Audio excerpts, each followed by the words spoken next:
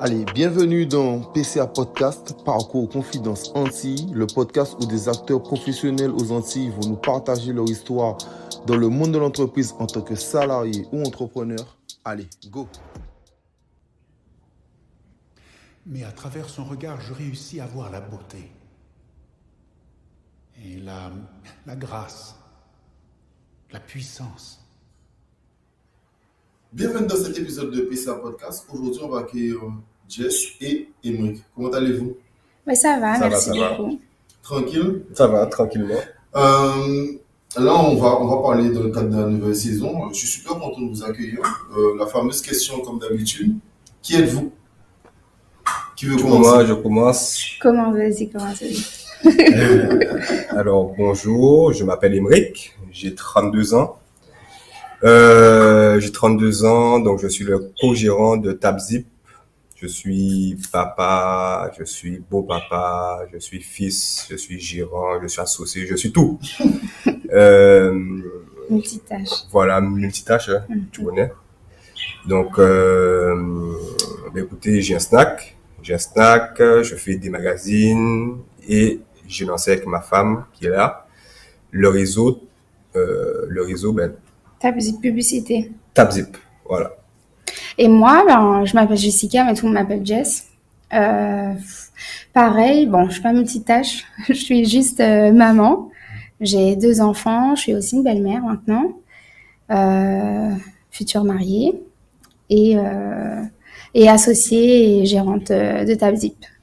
Yes, on va parler un peu plus en détail de TapZip, mais pour le moment, on va revenir à Emric. C'est quoi ton parcours scolaire? Wow, alors moi j'ai eu un parcours scolaire, j'ai eu un bon parcours, mais j'ai fait 2 collèges, j'ai fait 3 lycées, j'ai fait 2 facs, donc j'ai écouté première ES, première ES à Jardin, seconde à Sainte-Anne, donc je suis passé de Sainte-Anne à Jardin, ensuite terminale à Bainbridge. Trop turbulent. Donc, trop turbulent. J'ai fait plusieurs autres. Ensuite, je suis allé à Fouillol en droit en 2007.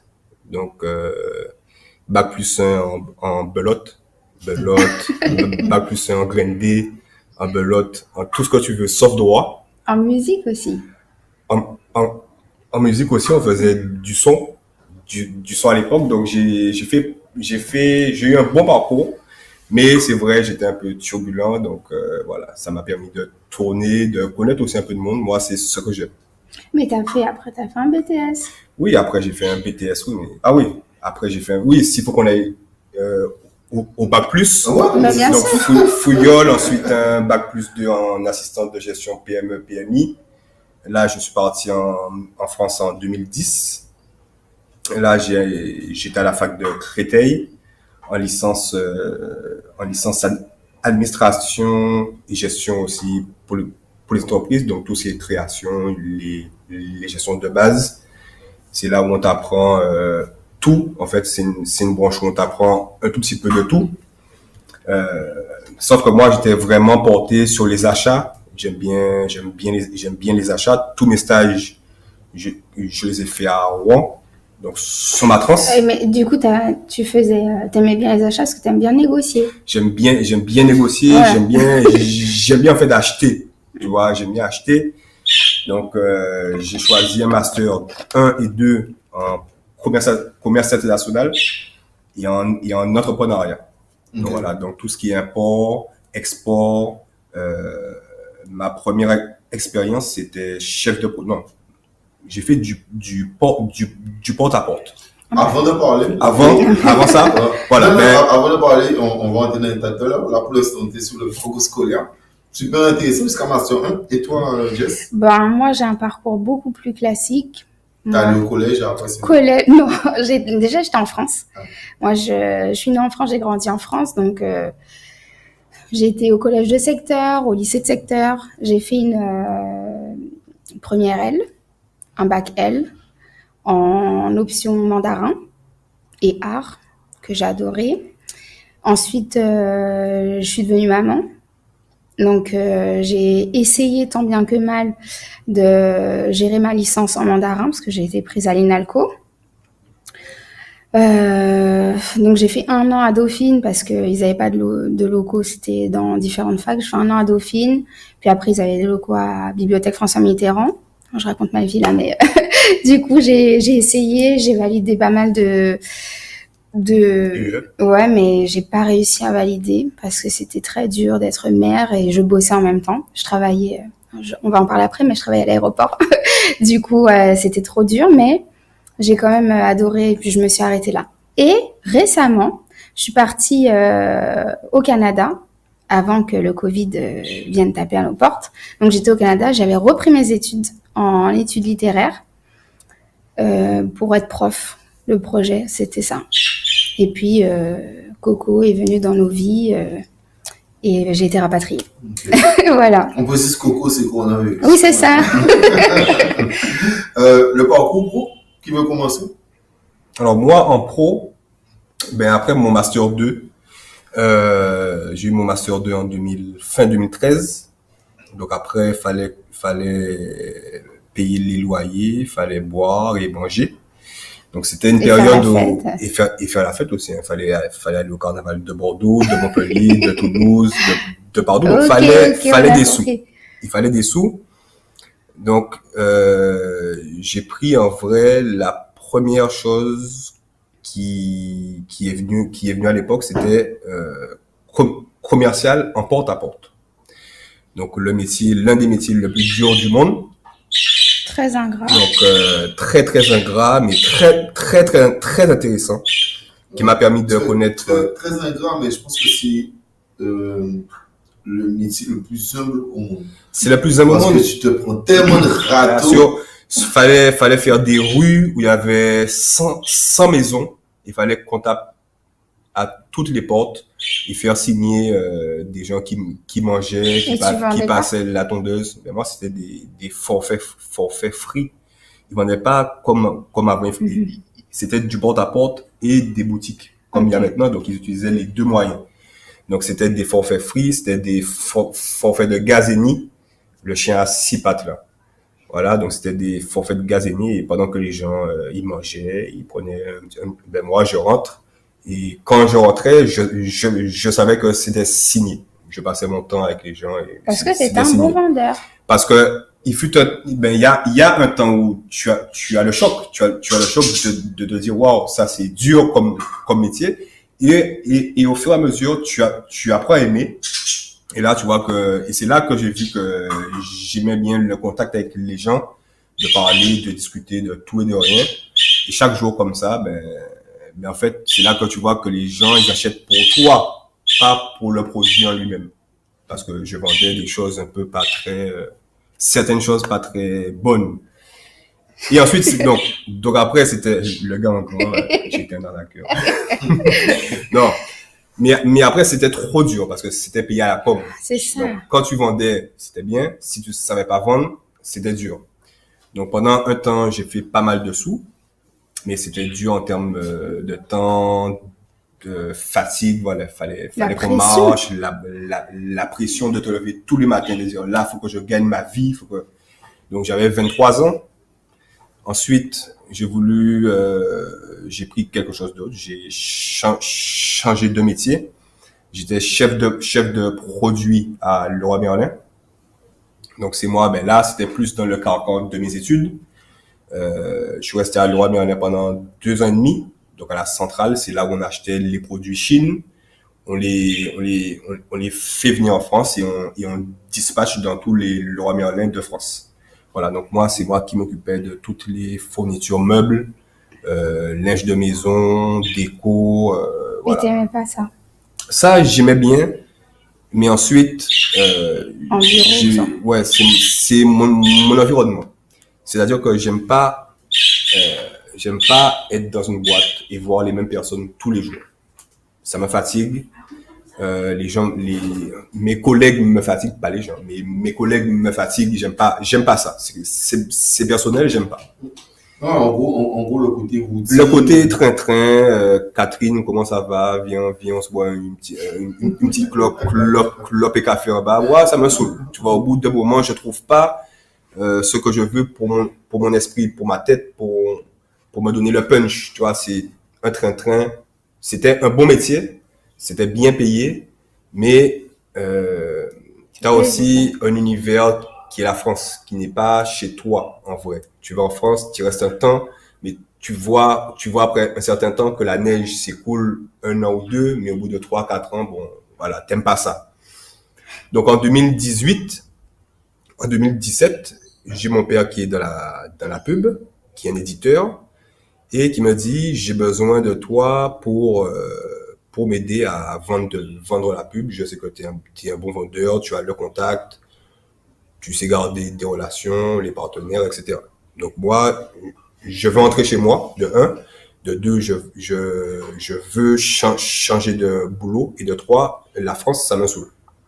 Donc je rentre. Donc je rentre là de 2018 à 2020. Je bosse avec mon père. On développe tous les magazines. On développe pas mal de choses ensemble. J'ai un portefeuille client. Je commence à connaître du monde. Quand tu es en Guadeloupe, c'est petit. Si tu connais pas de monde dans ce que je fais, ben, c'est compliqué. Il faut connaître du monde, voilà, qui te suit sur des budgets, etc. C'est comme ça. Faut se faire un réseau, quoi.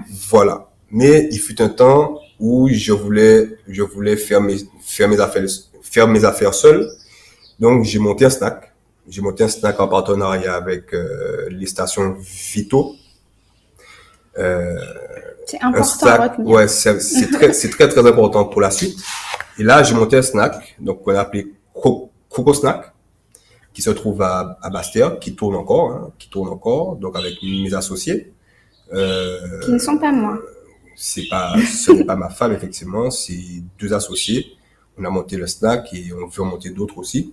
Peut-être à Sainte-Rose, on va voir. Il dit ça parce que je suis de Sainte-Rose. Et parce qu'il est de Sainte-Rose. De Sainte-Rose. Voilà. Et suite à ça, le snack aussi m'a ouvert d'autres portes. Et c'est là où, avec ma femme qui est là, qu'on décide. C'est une idée que j'avais en tête depuis un moment. Et elle a un côté, en fait, entrepreneur, mais elle ne savait pas. Moi, je vois comment elle est, elle a des idées et tout, mais elle voulait être dans une voie qui, je pense, n'aurait peut-être pas été bonne pour elle. Donc, moi, je lui dis, bah, tiens, je connais la pub, je connais du monde, placer sans écran, c'est quelque chose que je peux faire. Et stop. Là, je vais parler de Tabzip, mais voilà, mon parcours pro, il s'arrête au snack, au magazine et aux écrans. Voilà, moi, c'est ce que je gère en ce moment. Ok, on parlera de Tabzip tout à l'heure, c'est pour ça que je l'ai arrêté. Jess? Ben, moi, j'ai un parcours professionnel hyper déstructuré. Entre mes enfants, mes obligations, j'ai pas eu un parcours. En fait, avec le recul, je vois que j'ai pas eu un parcours professionnel qui me fait rêver. Je vois que j'ai plus improvisé à chaque fois sur le moment. Donc, j'ai commencé à travailler très très jeune, aux alentours de 12-13 ans.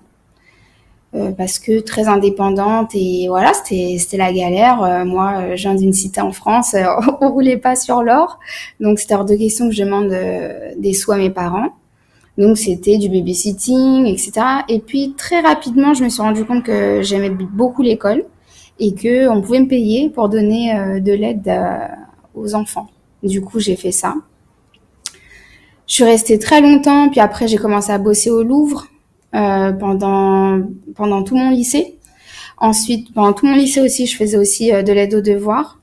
Puis j'ai eu ma fille, donc j'ai travaillé en tant que, j'ai passé une formation, j'ai travaillé en tant que agent de sûreté avec les passagers. Donc j'étais vraiment avec les passagers à Roissy. C'était très dur parce que les horaires étaient horribles. Franchement, j'en ai pas un bon souvenir, mais je gagnais bien ma vie. Voilà, je gagnais bien ma vie, c'était vraiment, ça changeait tout. Et puis, j'en ai eu marre. Je me suis mise à j'ai fait assistante d'éducation, assistante pédagogique. Donc vraiment, je suis rentrée dans l'éducation nationale par la toute petite porte, surveillante, clairement surveillante, puis après assistante pédagogique, puis après j'ai eu des classes, donc j'ai eu plus de responsabilités. Le fait que j'ai pas validé ma licence en mandarin m'empêchait d'aller plus loin dans ce que je voulais faire en termes pédagogiques avec les élèves, tout simplement pour la loi. Hein. Donc, j'ai essayé de m'épanouir dans ça, mais c'était assez compliqué parce qu'on gagne pas beaucoup d'argent dans ça. Mais c'est un métier qui m'a beaucoup plu et je me suis dit que définitivement c'est ce que je voulais faire. Puis après, personnellement, j'ai eu un deuil qui m'a fait rentrer en Guadeloupe, enfin qui m'a fait venir en Guadeloupe. Et je m'étais dit que je ferais la même chose, sauf qu'ici, rien ne marche comme en France. La Guadeloupe, c'est vraiment pas la France. Donc là où d'habitude on postule pour être assistant pédagogique ou assistant, en vie scolaire, normalement c'est 6 ans. Tu peux pas aller au-delà de 6 ans. Donc normalement il y a un turnover. Sauf qu'ici ça marche pas comme ça. Ici tu peux être surveillant pendant 40 ans et la loi ne s'applique pas en fait. Il n'applique pas la loi. Donc du coup tu as très peu de chances d'avoir un poste. Donc je me suis tournée. Un surveillant, vous dites, c'est 6 ans maximum par académie. Ouais. Donc tu vois, c'est pas. Mais on n'est jamais sous contrat. C'est des CDD d'1 an, renouvelables jusqu'à 6 fois, et après c'est fini. Donc normalement, ça devrait tourner. Sauf que là, ça marche pas comme ça. Donc il y a des gens que je connais, ils ont toujours été surveillants. Voilà, ceux qui n'arrivent pas en France, ça n'existe pas. Ça n'existe plus en tout cas. Non, mais est-ce qu'il y a pas une dérogation pour la Guadeloupe? Non, c'est juste qu'on n'applique pas la loi. Que non, on n'a pas besoin. Et on renouvelle. Les anciens. C'est pour ça qu'il y a des femmes surveillantes ou des hommes surveillants qui sont âgés, qui normalement resteraient comme un job étudiant. Okay. Mais c'est pas le cas. Donc bref, finalement, je me retrouve à être secrétaire, propulsée dans un monde que je ne connais pas du tout, j'ai jamais été secrétaire. Ça me plaît pas des masses, mais je suis quand même dans la pédagogie parce que je travaille dans un foyer pour jeunes placés. Donc, j'arrive à lier un petit peu mon affinité avec les jeunes, l'éducation et le métier de secrétaire. Rapidement, ça me saoule. Je décide de faire quelque chose de fou. Avec le recul, je me rends compte que c'est vraiment fou. Je pars au Canada avec mes 2 enfants, dont mon petit, il a même pas 3 ans, il a 2 ans et demi. Je pars au Canada, je suis acceptée à l'UQAM en études littéraires. Je me retrouve être la seule femme noire dans une classe, on est peut-être 60. Je suis très fière, je kiffe. En même temps, je travaille, la vie est dure, je fais des ménages le soir, je connais personne, je me rends compte non plus que je suis pas très sociable finalement, aucune copine à la fac, je me sens totalement en décalage. Mais je kiffe ma vie et tout. Et du coup, je rentre en Guadeloupe avec le Covid. De là, je me dis que la crise va durer 2-3 mois. Voilà, on était un peu naïfs, on savait pas trop. Et puis, finalement, au bout de 3 mois, mes enfants doivent retourner à l'école, en fait. Donc, du coup, je remets mes enfants. Je me dis que, quitte à rester là, je vais chercher un taf. Boîte d'intérim, je fais un peu de trucs à gauche, à droite. Mais je me dis, mais qu'est-ce que je fais, quoi? Qu'est-ce qui se passe? Puis, je rencontre Emric, qui me dit, j'ai un snack, si tu veux... tu peux bosser avec moi et tout. Donc, je me dis, ok. Finalement, les mois passent et je me rends compte que le Covid, il fera partie de notre vie et qu'on va vraiment pas s'en sortir maintenant. On est encore en tout début 2021. Et les enfants décident que, ok, bon, maman, c'est bien cool, Canada et tout, mais nous, on veut rester. Donc, je prends la décision de rester. Je travaillais au snack avec lui. Pareil, j'ai jamais été dans la restauration. Ça me plaît pas des masses, mais bon... Voilà, ça va, c'est une nouvelle expérience. Et rapidement, en discutant, moi, je voulais faire quelque chose avec des revenus passifs. Parce que mon but à moi, c'est d'avoir de l'immobilier. Du coup, il me dit, j'avais cette idée, puis j'avais cette idée. Je me dis, ok, ça peut être pas mal. Et puis, il me parle des écrans. J'avais cette idée, mais je sais pas si ça va te plaire. Voilà. Et là, je me retrouve à être associée. Ok. Après avoir parlé de votre parcours pro, qui est super intéressant et super déconstruit, comme disait Jess, Pourquoi avoir choisi de faire du business ensemble? Alors là, Ça, c'est une question, ça. en fait, on n'a pas choisi de faire du business ensemble, ça s'est imposé à nous. C'est plus ça. Je pense qu'après, tu vas nous demander comment est venue l'idée de TapZip. C'est ça. Eh ben, on pouvait pas, la manière dont l'idée est venue, on pouvait pas ne pas le faire ensemble. C'était une évidence. De base, on travaillait ensemble déjà. C'est ça aussi. On était ensemble déjà au snack. Voilà. Sauf que moi, j'étais le patron. Et moi, Et j'étais elle, l'employé. C'était mon employé. Et Donc, c'était une position très bizarre. mais c'était bizarre vu qu'on est en couple. Mais une fois que, Mais on a vu que ça marchait. mais oui, Ça voilà, matchait. on a vu que ça marchait ensemble. Tu Ouais. vois, Ça c'est nous a- compliqué à chaque fois de dire, OK, tu bosses avec ta femme, c'est compliqué parce C'est que, ça. nanani, quand tu rentres à la maison, machin, c'est pas comme ça. OK. Mais n'empêche que ça fonctionnait. Ça fonctionnait. En fait, on Ça s'est rendu fonctionnait. compte qu'à deux, ça fonctionnait super bien. Et si on enlevait, pardon, les autres intervenants, ça irait super bien. Bon, après, je n'étais pas du tout dans le business du snack et tout, ça m'intéressait pas du tout. Mais on s'est vite rendu compte que ça matchait Ouais, super ça- bien ça fonctionnait bien professionnellement. au snack à deux. Et comme moi, j'étais dans la pub, Mhm. j'étais dans la pub déjà, et que j'avais cette idée-là depuis un bon petit moment, ben là, je me dis, ben tiens, on va mettre des sous et on va acheter le parc de 100 écrans. Ça marchera. On savait que ça aurait fonctionné parce que je viens de la pub, je sais ce que les clients veulent, ne veulent pas, où est-ce qu'ils sont prêts à mettre du budget ou pas. Et là, c'est un produit impactant. On va parler de On ta parlera après. Non, tu on parlera de ça après. Non, mais Non, c'est comme ça en fait, qu'on a fait, qu'on a fait ensemble parce qu'on a parlé. Ouais. On vit ensemble, donc on a parlé. On vit ensemble, fait on un bosse machin, ensemble. Donc on parle. Et plus on parle, plus je lui dis, moi, je connais ce secteur-là. Et elle voit effectivement, ah, ben tiens, effectivement, toi, tu t'occuperas de ça. Moi, je m'occuperai de ça. Donc aussi au niveau des tâches, c'est dur de faire quelque chose comme ça seul. Toi, tu étais déjà businessman. Tu sentais le potentiel. Moi, j'étais sûr de moi. Non, mais c'est pas ça ma question. C'est pas ça. Ça se voit. C'est-à-dire que toi, tu faisais déjà du business. Nous sommes d'accord. Tu vois le potentiel de ta femme. Mais le potentiel, c'est quelque chose. Bien sûr, on peut toujours miser sur le potentiel. Mais comment tu savais que tu te dis, elle aurait les nerfs solides? Parce que c'est surtout Non, ça, parce que- Ah, ouais. j'avoue, c'est une C'est bonne bon. question. C'est le karma. C'est le karma. En vérité, Non, en vrai, je sens les gens. Je sens. C'est comme ça que je vends, je sens. Faut sentir les gens. L'intuition. Faut avoir une intuition. Faut être un peu extra lucide sur la personne, être un peu en pâte.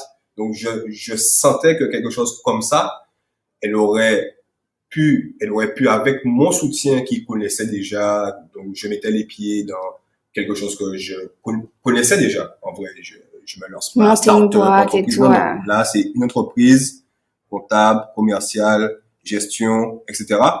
Et moi, je la suis, mais je lui donne les clés comme ça pour qu'elle gère tout ce qu'elle a à gérer, mais seule. mais en vérité aussi, dans notre vie personnelle, dès le départ, pour répondre à la question des nerfs ou pas, on a vécu des situations compliquées dès le départ, pas entre nous, mais disons autour de nous. Donc du coup, je pense que tout de suite, il a eu confiance. Ok, j'ai vu comment elle a réagi pour ça, pour ci, pour ça. Ça construit en fait une image de la personne.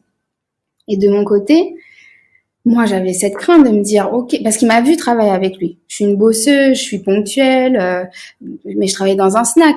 Ok, j'ai des idées, des machins, mais j'ai jamais eu dans ma vie l'idée d'ouvrir une boîte. Moi, quand on s'est dit, ok, on arrête le snack, moi j'arrête et tout, je me dis, moi, je reprends, je fais une petite formation, je passe des concours et je rentre dans la fonction publique, point. Et c'était très bien. Je m'étais dit, on est deux, il faut qu'il y en ait un qui ait la stabilité, la sécurité, c'est comme ça que je pense, hein.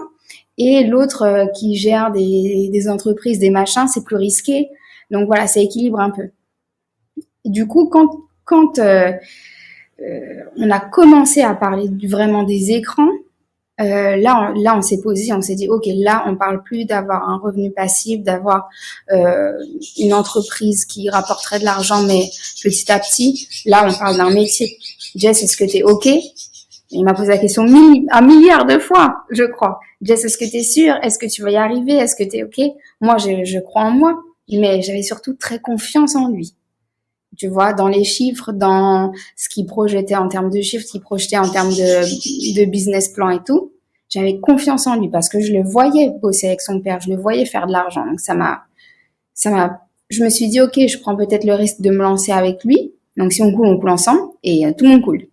Mais Tout le monde coule. voilà, Quand les deux comme ça, si tout coule, tout coule. c'est ça. Mais mes tâches, je Mais sais le faire. C'est aussi, je pense, ce qui est plus fort un entrepreneur généralement, tu vois, c'est que même quand tu es seul, c'est en couple. C'est pire parce que, surtout si tu as des enfants. Parce qu'il faut les Merci. faire manger. Voilà. Mais je suis d'accord Ouais, que, il y a 3. 3 enfants. Il y a 3. mais surtout que quand tu fais côté entrepreneur seul déjà, et t'es pas en couple, si t'es célibataire, si tu coules, tu sais que tu coules. Et c'est pour ça qu'un entrepreneur, il a une résilience généralement de fou et un optimisme. T'es obligé parce que t'as toujours des hauts et des bas de toute manière. Et c'est la manière dont tu vas gérer les bas qui te permettront de mieux gérer les hauts. Mais tu Voilà, vois, ce que tu voilà, dis, c'est c'est ça. hyper intéressant C'est ça, parce c'est que lui, il connaissait ça. C'était pas sa première boîte. Mhm. Donc, Voilà. des hauts, des bas, il connaissait. Moi, il m'a appris. Voilà, ok, bon, l'argent n'est pas rentré là, ok, comment on va faire? Moi, je panique. Moi, je vois un compte à moins. Déjà, moi, je suis à moins 2 euros sur mon compte, j'ai mal au ventre. Mais alors là, c'est le compte de la boîte, j'étais pas bien. Donc là, il me dit, ok, on va faire comme ça, on va faire comme ça. C'est quelque chose qui s'apprend et c'est très rassurant de le faire avec quelqu'un qui sait rassurer, mais qui s'y connaît. Non, mais je suis d'accord parce que souvent, je parle avec les gens qui n'ont pas d'entreprise et souvent, quand je vois un salarié parfois mettre de l'argent, quand il en perd, il pleure. Et après, il me dit, il veut faire une entreprise. Je dis, fais pas d'entreprise. Si tu sais pas Ça va perdre être pire. d'argent, Ça va être pire. si tu sais pas perdre d'argent, ne fais pas d'entreprise. Parce qu'une entreprise, tu peux mettre 4 euros et gagner 4 millions, mais tu peux mettre aussi 4 millions Et gagner 4 euros. et gagner 4 euros. C'est ça aussi. Ouais, c'est quelque chose qu'on apprend avec le temps. Totalement. Moi, quand je suis entré en 2017, depuis 2015, je voulais monter, bon, c'était à l'époque, ouais, ça fait 7 ans déjà. Je voulais monter une application. Enfin, j'ai monté une application de code promo, mais c'était avec mon univers de France que je voulais en fait amener ici. Chose que beaucoup de gens font. Ils pensent que parce que quelque chose fonctionne en France, ça va fonctionner ici. Et c'est pas vrai. Pas même mentalité, pas même contexte, rien. Mais moi, j'ai fait cette erreur-là. C'est de dire, OK, je vais prendre l'Uber et je vais amener l'Uber ici. Ça marche pas comme ça. Donc moi, j'ai fait ça et j'ai eu des moments de pression, de stress parce que ça fonctionnait pas. Donc, au fur et à mesure du temps, donc avec mon père, avec le snack, monter un snack aussi, ça peut paraître un snack, mais il y avait tout à créer, il y avait tout à gérer. Et cette pression-là, ce stress-là de boîte, c'est un stress qu'on apprend à gérer. Donc, je lui ai montré, elle voit comment je gère et je lui ai dit non, là, c'est pas grave. Et elle voit que 2-3 jours après, hop, ça montre, voilà, c'est gérer, et surtout, gérer les mois parce que, gérer des mois, tu peux gagner 3 000 euros. Le mois d'après, tu gagnes 4 euros. Et ensuite, tu reviens, tu gagnes 10 000 euros. 10 000, voilà. Après, et c'est là où c'est notre type de gestion. C'est ça. C'est notre type de vie, c'est pas, t'attends pas ta paye le 28 Voilà. de 1 500 euros, ou de 2 000 euros, ou de 5 000 euros, et tu gères avec tout le mois. Là, ça rentre, ça sort, ça peut beaucoup entrer, beaucoup sortir. Donc, tu gères le stress autrement que quand tu vois que le 20 sur ton compte, t'es à 50 euros et qu'il faudra gérer pendant 10 jours. C'est pas comme ça. Là, ça peut entrer, ça peut sortir, ça peut. Et tu gères aussi, bizarrement, tu gères les créanciers différents. C'est différemment. C'est-à-dire, moi, par exemple, bon, un exemple tout bête que tout le monde va se reconnaître. Ok, j'ai plus de sous, EDF n'est pas passé. Mince, là, il faut vraiment que je trouve une solution pour que je paye EDF. Pour une boîte, ok, bon, un tel, j'ai pas pu parce que j'attends le chèque de machin et tout. En fait, entre entreprises, ça se comprend. Mais quand tu rentres dans ce monde-là où tu dis, on n'a pas payé un tel, il faut absolument qu'on paye un tel, moi, je dors pas. Ça me stresse parce que je me dis, il faut absolument qu'on fasse vite et tout. Alors que finalement, dans une boîte, oui, mais t'inquiète pas, demain, on reçoit ça. Oui, mais on a déjà eu un jour de retard. Mais c'est pas grave, en fait. C'est mieux d'être toujours à l'heure, mais tu montes une boîte, tout le monde le sait. tout le monde peut être compréhensif. C'est pas comme quand tu es tout seul. Puis même aussi, nous, on a certains clients qui Ouais. ne peuvent pas payer maintenant. Ils nous font des chèques. On Chacun comprend, se comprend. c'est du B2B. Voilà. Tu fais du B2B, tu vends aux entreprises, les boîtes te vendent. Donc, c'est notre façon de parler, un autre type de gestion entre. Oui, totalement. Voilà. Non, mais et là, plus précisément, comment l'idée de TapZip est venue et qu'est-ce que TapZip? Attends, tu veux l'idée de la boîte ou l'idée du nom? Les deux. Les deux. Le tout. Non, mais Bon, je vais raconter comment on a l'idée de la boîte et tu vas raconter l'idée du nom parce que je sais que tu kiffes dire ça. non, mais est-ce que tu es sûr de l'idée de la boîte? Oui, je suis sûre. Est-ce que Je tu es suis sûr de la version? Si je me trompe, tu me diras. Vas-y. Au départ, donc comme je t'ai dit, je vais pour faire ma formation pour rentrer dans la fonction publique. Et je me dis, putain, bébé, tout, j'aimerais bien acheter un appart. Enfin, je veux faire de l'argent, mais tout en ayant mon travail. Et c'est quelque chose qui reste dans sa tête. Il faut savoir qu'Emeric, c'est quelqu'un qui réfléchit énormément. Quelques semaines après, il me dit, j'ai une idée de business, on pourrait faire ça, mais c'est ta boîte, c'est toi, je te montre la boîte et tu vois ce que tu veux faire et tout. Donc, ok, bon, je vais pas tellement dire ce que c'était puisque c'est quelque chose qu'on va faire plus tard. Donc, ok, on part sur un business plan, on se dit, ok, machin, le nom sort de là. Je lui dis, mais comment on dit? Bon, moi, ça, tu raconteras. Non, mais je dis. Hein? Je lui dis, comment on trouve, comment on dit en créole? Vite fait. Voilà. Et là, j'étais sur ses genoux. Il me dit, TapZip.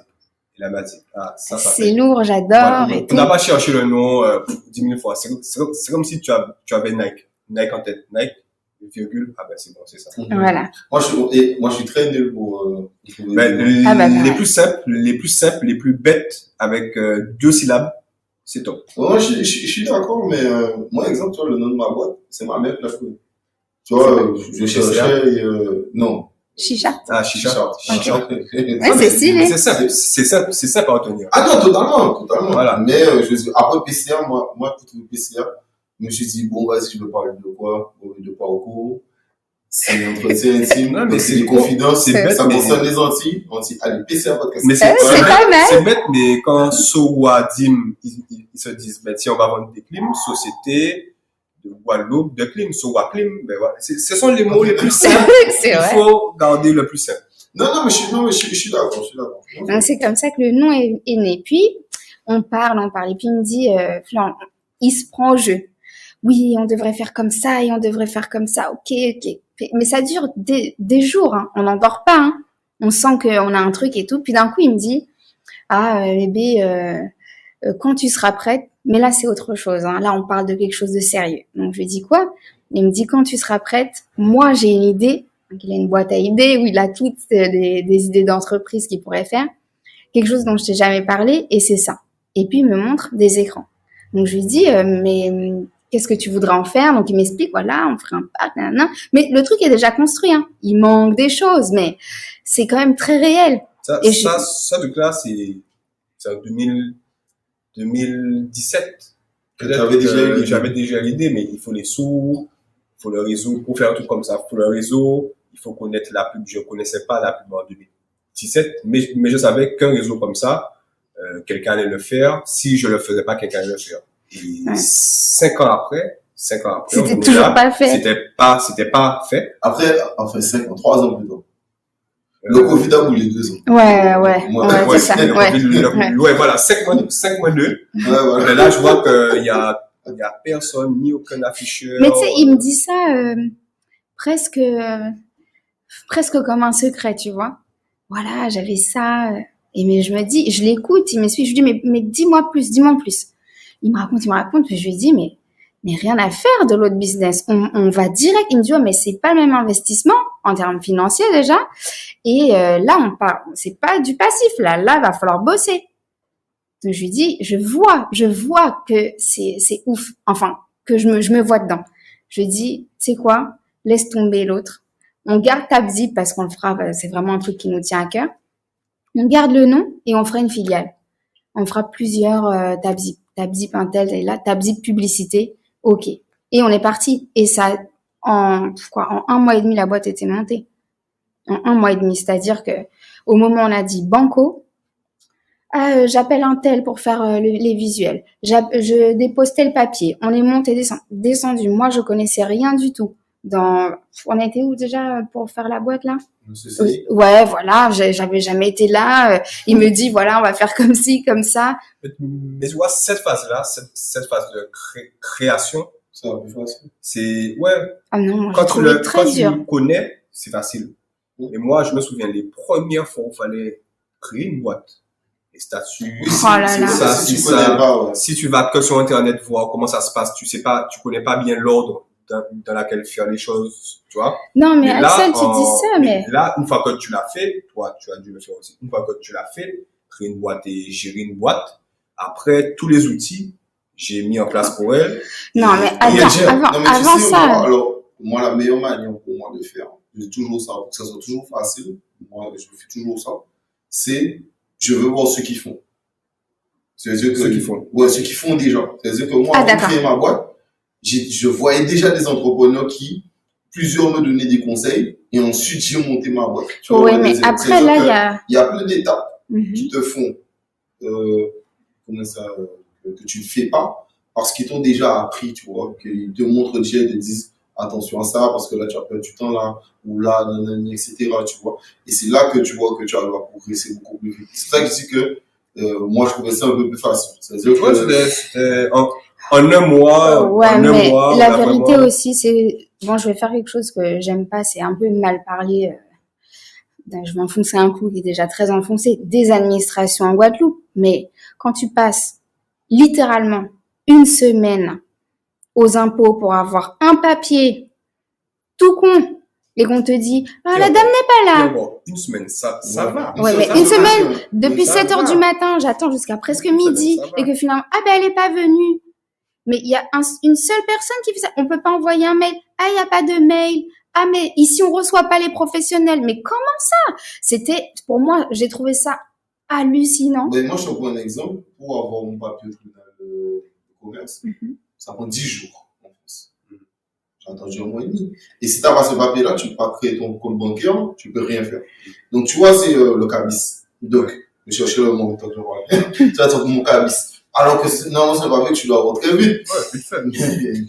En Guadeloupe, aux En Antilles. 2 semaines, normalement, en 2 semaines, 10 jours. normalement, t'as ton cabis. Normalement, c'est 10 jours. 10 jours maximum.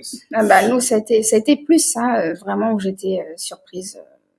Les difficultés administratives, bien qu'ils connaissaient le parcours. Après, faut se Oui, confronter après, au parcours. t'as un temps, en fait, administratif. Voilà. Qui fait que Mais en termes de même si tu création- connais, tu vas attendre. Ah, totalement. Voilà.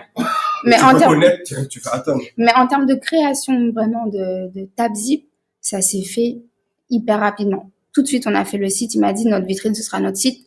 Donc, on a fait le site tout de suite. Bref, on a fait le site. On a fait le design aussi. Et puis là, j'ai eu vraiment cette admiration pour ses études où il a vraiment appliqué ce qu'il a appris des années avant. Ben, on contacte les fournisseurs parce qu'il faut parler anglais. Il y a le décalage horaire, donc on parle la nuit sur WhatsApp, sur machin. C'était impressionnant. Donc on n'a pas dormi pendant 2 mois, 2 bons mois.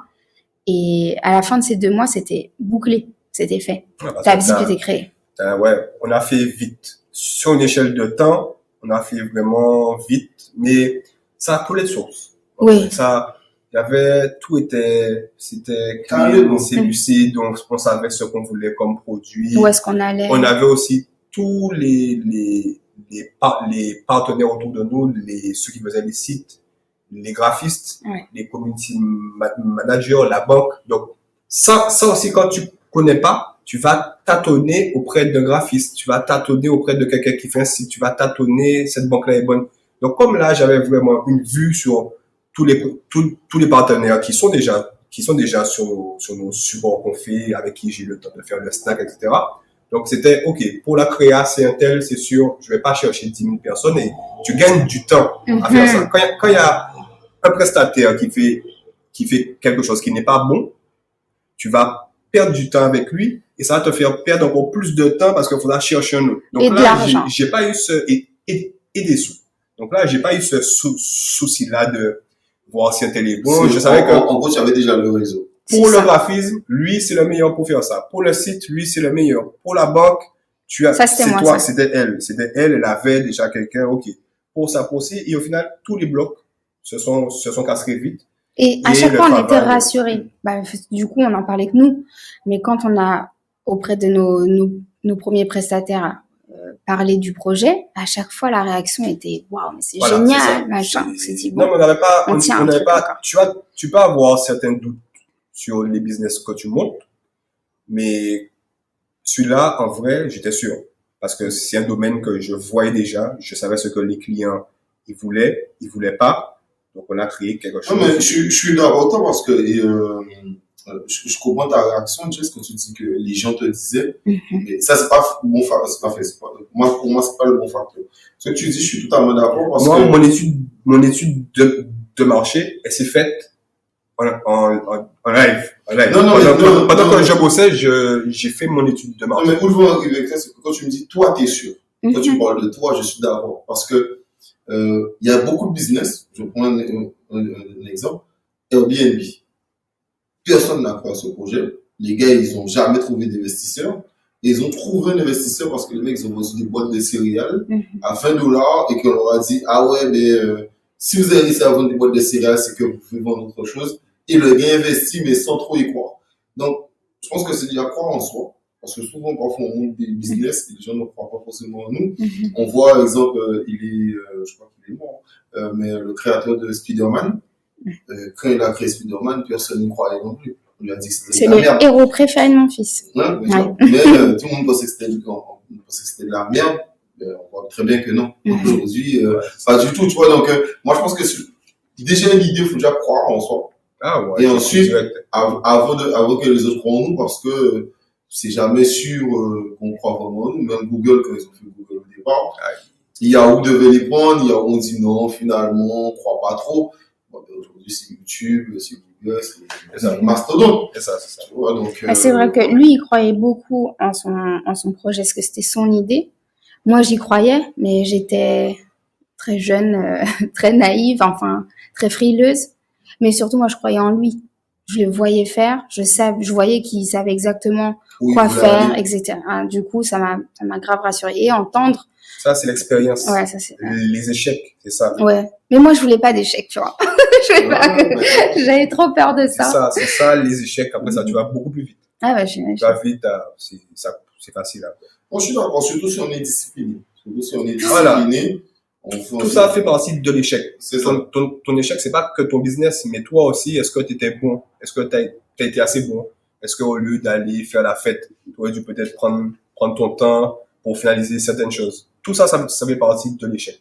Et une fois que tu maîtrises ça, tu as bien vu que voilà, là, c'était bon, c'est que tu changes, que tu prennes conscience de ça. Et que Ouais, parce tu qu'on a arrives changé, hein. Tu arrives plein à de choses, hein. changer, tu vois. Ok.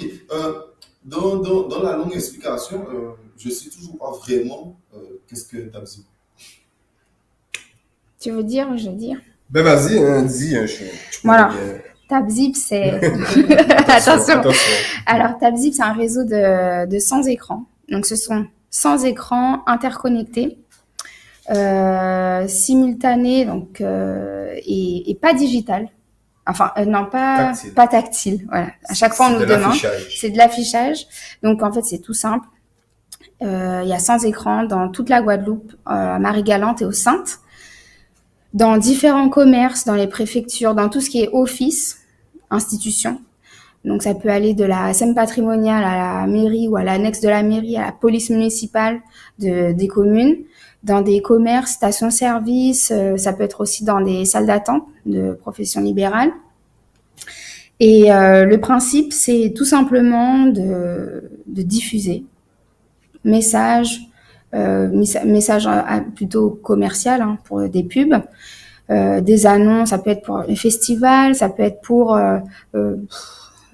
une boîte, toutes sortes de services. Toute activité. Toute activité, il n'y a pas de C'est comme, limite. si on prend un exemple plus simple, c'est comme des 4x3, sauf qu'on est à l'intérieur des commerces C'est ça. et les écrans sont connectés. Voilà, ce sont des écrans sur pied connectés. C'est de l'affichage. On n'a rien créé, donc on a créé Tous- le système. Tout sur Internet. Tout sur Internet, bien sûr. Ok, mais c'est le Wi-Fi du business Non. à l'intérieur. Non, chacun a sa connexion. Donc, c'est une charge. Mais si Ça marche par puce. Ok, Chacun a par son puce. numéro, ouais. Ok, mais si moi je suis en Andorre, il n'y a pas la 4G. C'est impossible qu'il y ait un écran. Voilà. Parce qu'on surveille avant de mettre un écran quelque part, effectivement. Bon, on a déjà refusé. teste. On a déjà refusé des endroits. Je crois qu'il y avait. Marie-Galante, Ouais. on n'avait pas mis. Mais voilà, parce que ça passait pas. Donc, on peut pas mettre. Est-ce que on peut pas faire un autre moyen de mettre par On peut On peut mettre la Wi-Fi, mais on préfère pas. On peut pas être lié au point où on est. On sait pas. S'il on paye sait pas sa s'il paye sa facture, facture, si ça capte pas, si ça capte. s'il y a un On problème sur le préfère être réseau. libre. Voilà. Si on te met un écran, c'est qu'on est sûr que la 4G passe. Mais le Wi-Fi, c'est possible. Bien Mais sûr, le Wi-Fi, c'est possible. C'est une option. Des fois, on l'ajoute si on sent que le réseau est un peu faible. C'est possible. Mais en vérité, Les 4G, il passe très bien. Très bien. Ouais. Ouais, passe bien. Ok. Tu as parlé de ça en première partie, ça va avec ma question, parce que c'était dur à développer.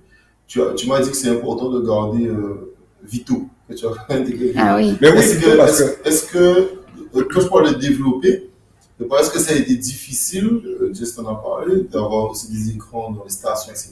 De Est-ce les que c'est installer, de les difficile introduire. de convaincre les gens de poser des écrans chez eux? Vito, comme je t'ai dit, on a créé un snack avec eux, donc il y avait déjà le contact avec la direction.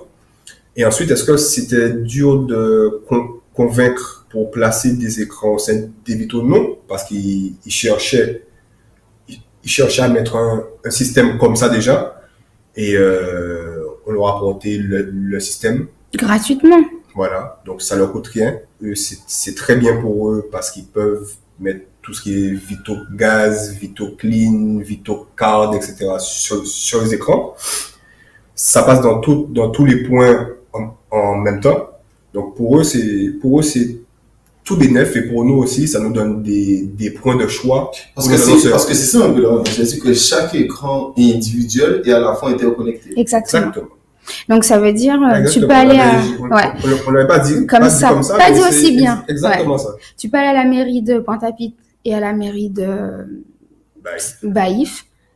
Ces deux mairies, ils vont avoir des publicités en commun, donc c'est nous nos annonceurs extérieurs, mais à l'intérieur de chacun, leur actualité de la ville de Pointe-à-Pitre ou de la ville de Baïf.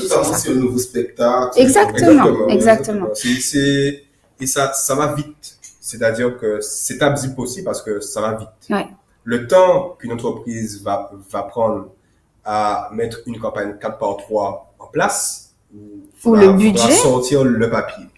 Faudra aller payer le poseur avec sa colle. Vérifier que c'est bien collé. Vérifier que ce soit bien collé et aller le mettre sur 50 faces de 4x3, ça prend du temps. C'est un mois, voire 2. Faut louer aussi. Bref. Nous, on n'a pas nous, on va beaucoup plus vite. C'est-à-dire que sans doute aussi moins cher. C'est moins cher. C'est moins cher. Il y a un impact tout aussi fort que les 4x3. Même si les 4x3, c'est dehors. C'est quand même à l'extérieur, mais nous, la pub est plus qualitative. Quand tu vois une pub sur nos écrans, tu te dis, tu prends ton temps. Et puis, ça peut être aussi une vidéo, hein. Ça peut être de la photo, vidéo. Donc, quand tu vois la vidéo, ça veut dire qu'il y a du son? Alors, nous, on a retiré parce qu'imagine-toi, t'es un coiffeur et toute la journée, il y a les mêmes musiques qui défilent, c'est insupportable. Nous, on a retiré, c'est possible. Mais on a retiré, par contre, les vidéos, c'est très intéressant. Commercialement, t'es une entreprise, tu as plusieurs offres à partager. Nous, on te loue, c'est 30 secondes. Tu mets tes 30 secondes. Si tu veux mettre 4-5 trucs, c'est toi qui vois. Voilà. Et puis, c'est plus intéressant, c'est plus joli. C'est plus joli, tu peux mettre plus de choses. C'est mieux que les 4x3. Ouais, faut le dire. Faut le dire. C'est plus intéressant. En termes de vues aussi, tu es vu sur 100 écrans pour aller faire une campagne 4x3 de 100 faces. Bonne chance. Mais pour dire la vérité, pour répondre vraiment à ta question, est-ce que c'était difficile? Donc, il faut un réseau. Déjà, on va pas se mentir. Donc, Emric avait déjà ce réseau-là. Parce que, comme je disais, de commerçants. Mais là où vraiment c'est archi simple. Avant, déjà, premièrement, c'est gratuit. D'accord? Deuxièmement, Il y a beaucoup. Placer son écran, C'est gratuit. Placer son écran, c'est Placer son gratuit. écran. C'est-à-dire que toi, tu vas, par exemple, il y a des mairies qui n'ont aucun écran. Donc forcément, ils sont demandeurs d'avoir du digital parce que ils vont pas coller chaque jour une petite affichette avec les nouveaux horaires, machin. C'est tellement dépassé. La Guadeloupe a vraiment du retard en termes de, de modernisation, d'affichage, etc., de communication, que c'est parti très rapidement. Non, c'est dans l'ère, on va entrer dans l'ère de l'écran. Et c'est pas compliqué, on est hein. déjà dans l'ère de l'écran. T'es toute ta journée sur ton portable, tu fais tout avec ton portable. T'es déjà dans l'ère de l'écran. Et ça Juste demande pas d'installation. Voilà, comme tout le temps, on n'est pas en retard, extrêmement en retard, mais on a tout le temps 3-4 ans où le temps qu'on se rende compte que les États-Unis, la France, le monde le fait, on va le faire. Voilà. Et là où nous, on avance vraiment quelque chose de facile, c'est que l'écran, il nécessite un branchement. C'est tout. On le branche, on l'installe, on le met debout. Ok, ça vous plaît, c'est bien, l'endroit vous plaît, oui, ok. Il n'y a pas de trou percé, il n'y a pas de travaux, il n'y a pas d'empiètement sur sur l'entreprise, le local en lui-même. C'est là où c'est facile à poser.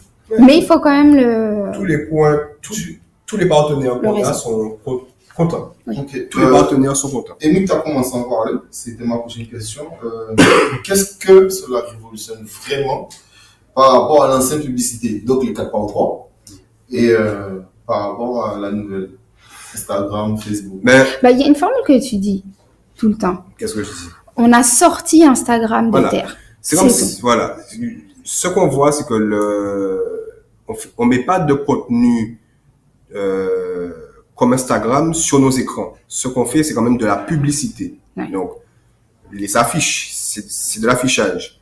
Mais, tu vois maintenant, quand il y a, on cite des marques, on peut citer des marques chez toi. Quand il y a, je sais pas moi, quand il y a Carmo qui te met de la pub en lien sponsorisé sur la nouvelle Toyota sur Instagram, elle reprend cette pub-là, ou même sur YouTube, elle fait du multi, du multi-canal. Donc Instagram, c'est un canal, les 4x3, c'est de l'affichage en extérieur, t'as le papier, t'as la télé, t'as la radio, et maintenant, t'as un autre canal qui n'existait pas sous cette forme-là, qui est ta diffusion sur des écrans connectés. Comme ça se fait en vrai, comme je t'ai dit, comme ça se fait dans le monde entier, juste qu'il y avait là, sous ce format-là ici. Alors moi, ça c'est ton idée, moi où je trouve ça bien, et mais tu vois, moi je ne vois pas pareil que toi, en tant que client ou consommateur. Moi j'ai trouvé ça bien parce que par rapport à l'ancienne, donc c'est le côté écologique, on va dire, parce que il n'y a pas de papier, aussi on n'a pas de papier constamment à changer, blablabla, etc. Il y a un poseur, donc le poseur faut qu'il roule, donc de l'essence, etc. Donc tout ça. Mais il faut qu'ils le mettent bien. Combien de fois on a vu des yeux pas droits? Non, mais même si le met tu bien, payes pour ça. Des bulles dans les papiers. Non, mais même si ça reste super bien posé, ça reste hyper pas écologique. Oui, c'est donc pas ça, moi, ça c'était le point. Et ensuite, le truc avec Tabzi, c'est que, pour moi, ça change de Instagram, tout ça. C'est pas du sens que c'est plein de nouveaux canaux, mais c'est le sens où ma mère n'est pas sur Instagram. Voilà. Par contre, ma mère n'est pas sur Instagram. Moi, je suis sur Instagram. Mais, le lien commun que tout le monde a, tout le monde va à son service. Tout le monde va à la mairie. Tout le monde va à la mairie. Tout le monde va acheter les vêtements. Et c'est là pour moi, c'est la vraie vie. Et plus fort, c'est que, où l'idée est vraiment bonne, c'est que vous êtes à des lieux où ça touche tout le monde. Mais même les touristes, parce qu'on est dans les sites touristiques. On est à Beauport, Pays de la Canne. Sur Instagram, tu as des boîtes qui font des erreurs. Tu as des boîtes qui misent que sur la communication. C'est sur Insta, des liens sponsorisés, Insta. Mais sur Insta, ils vont toucher. Bon, si c'est là qu'est leur cible, ok. Mais sur Insta, tu touches du 15-35 ans. Non, mais j'irai plus loin. Tu vas toucher du 15-40 ans au maximum. Quand tu fais de l'affichage sur des écrans comme ça, tu apportes cette touche de neuf, de modernité, parce que les écrans sont debout, c'est un format de portrait. Smartphone. C'est un format smartphone. C'est quelque chose qui change et qui fait beaucoup plus. Sauf que il faut pas oublier la vraie vie. Il faut pas oublier que tu vas dans les stations, tu vas manger au restaurant. Et là, ça manque de pub. Non, mais c'est là où je te reprends, Doudou. C'est là où nous, vraiment, on a réfléchi. C'est qu'on s'est dit, on veut de la publicité qui ne demande aucun effort du consommateur. Aucun. C'est-à-dire que quand tu as un magazine, il faut l'ouvrir, il faut y aller, il faut le prendre, il faut l'ouvrir. Quand tu as la radio, il faut mettre la radio, etc. Là, tu vis, tu vas manger au restaurant, tu vas faire tes papiers à la mairie, tu vas faire de l'essence, tu es obligé de passer devant. Il suffit juste de poser tes yeux dessus. Voilà. Et c'est là où vraiment c'est différent. Oui, mais où ça fait quand même gagner, parce qu'on n'a pas que des poseurs. Mais exemple, on reprend l'exemple, on fait pas de pub, mais on reprend l'exemple de Vito. Mm-hmm. Vito, s'ils ont une pub, ils sont obligés de faire 40 000 flyers. Non. Voilà. Donc, un visuel. Voilà, c'est un visuel. Ils sont pas obligés de les sortir et de déposer dans les 35 Vito qu'il y a. Donc, pour moi, il y a moins de gaspillage. Ah voilà. Non, c'est sûr, c'est sûr. C'est ça le but, c'est que ce soit écologique. Ben, par exemple, quelqu'un qui utilise très bien, enfin, une institution qui utilise très bien l'écran, c'est la ville de Pointe-à-Pitre, qui a plusieurs écrans, qui met à chaque fois tous les visuels dans ces écrans disposés. Il y en a à la Maison de la Citoyenneté, il y en a au Centre Rémunin-Soutin et à la mairie. Ils n'impriment pas. Ils n'impriment plus. Voilà, ils n'impriment plus. Donc, ils doivent gagner de la thune. Ils font des économies, c'est sûr. Ce sont nos partenaires, ce sont des super partenaires tous les jours. Visuel toujours bien propre. Des informations, que ce soit pour les séismes, les cyclones, le coronavirus, les informations sur la vie associative. Sur la vie associative de la ville. Ils nous donnent et nous, on met sur leurs 3 écrans. Comme ça, leur information au sein de tous les services passe beaucoup plus vite, beaucoup plus sainement. Et c'est bénéfique pour eux comme pour nous. C'est quoi vos ambitions, Tabzi? Bon, alors là, clairement, on voudrait rajouter des écrans. Nous, on était partis sur 100 parce que c'était un bon investissement de base déjà. Il fallait les placer. En termes de logistique, déjà, c'était difficile. Maintenant que c'est fait, ça va un peu mieux. Rajouter des écrans. Quand tu parles de logistique, je le dis quand même parce qu'on parlait en off, vous n'allez même pas parler, mais rapidement, tu m'expliquais quand même que tu allais sur place, tu les nettoyais, etc. Ah oui, donc déjà, dès qu'on les a reçus, il a fallu les retirer de la douane, etc. Les stocker, il faut les programmer, parce que chaque écran passe dans nos mains, donc il y en a 100, passe dans nos mains pour qu'ils soient programmés, etc. Prendre rendez-vous avec l'établissement, ok, vous êtes dispo. Donc tout ça, c'est déjà de la logistique. Les emmener sur place. Une fois qu'ils sont sur place, c'est ok.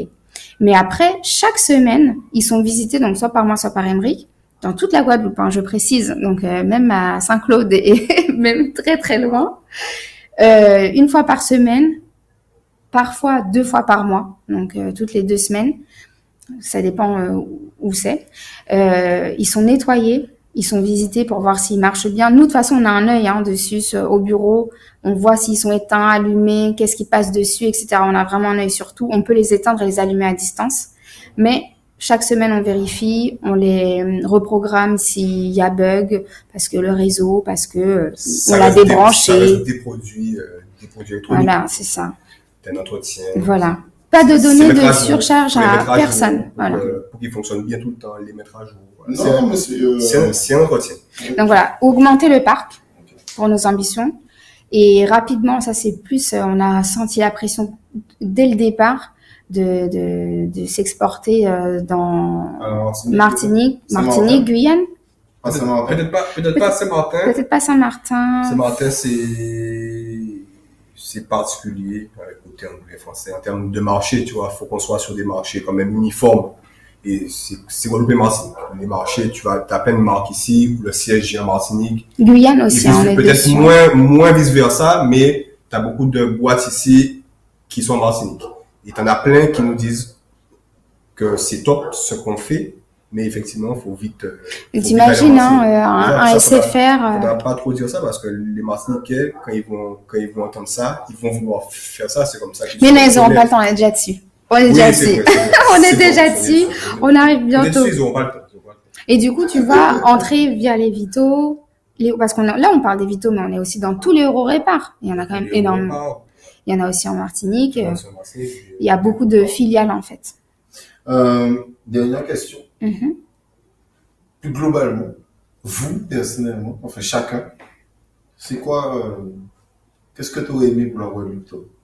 Moi, c'est que on a plus d'argent pour Non, pour la Guadeloupe. Ouais, pour la Guadeloupe. Oui, pour la Guadeloupe. Pour que tout le monde ait beaucoup d'argent et que tout le monde fasse des choses et ça va peut-être paraître bateau dans l'air du temps, ce que je vais dire, mais qu'on fasse par nous-mêmes certaines choses. C'est tellement simple en vrai. On se prend la tête à dire c'est compliqué, mais tu as des choses qui sont très très simples à faire. Elles sont très simples. Pas besoin d'être X, Y ou Z pour le faire. Voilà, ce serait qu'on se gère nous. On peut le faire, c'est une question de temps, mais on peut le faire. Bon, oui, je dirais ça. Je dirais surtout de là où beaucoup se freinent. Oui, mais ce sont les autres qui peuvent le faire. J'ai pas les moyens. Il y a tellement de choses à faire sur une île. Au-delà du fait que ce soit la Guadeloupe, moi, ce que je veux que les gens comprennent, c'est que c'est une chance d'être sur une île. On a, par exemple, ça en France, on n'aurait pas pu.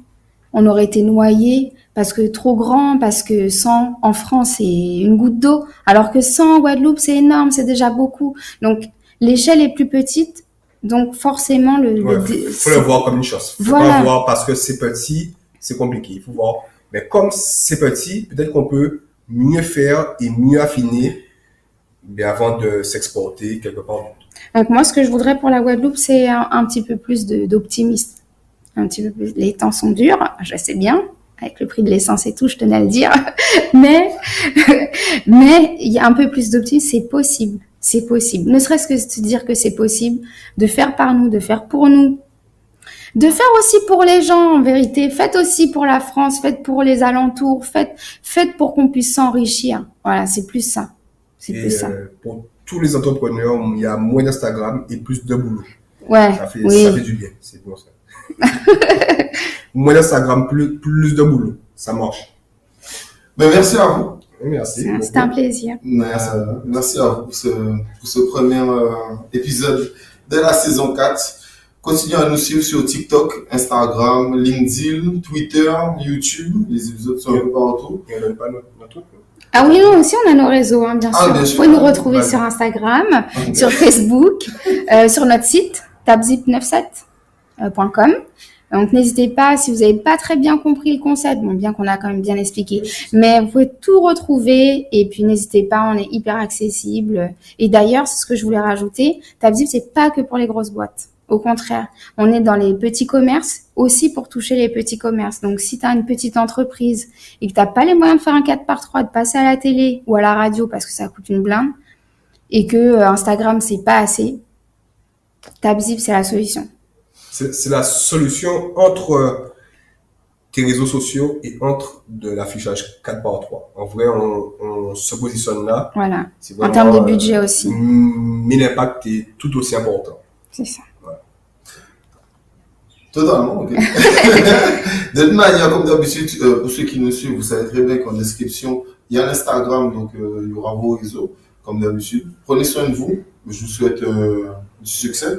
Merci. Ouais. Merci. Bon, déjà pas mal. Et puis, que le business continue. Mm-hmm. Allez, prenez soin de vous.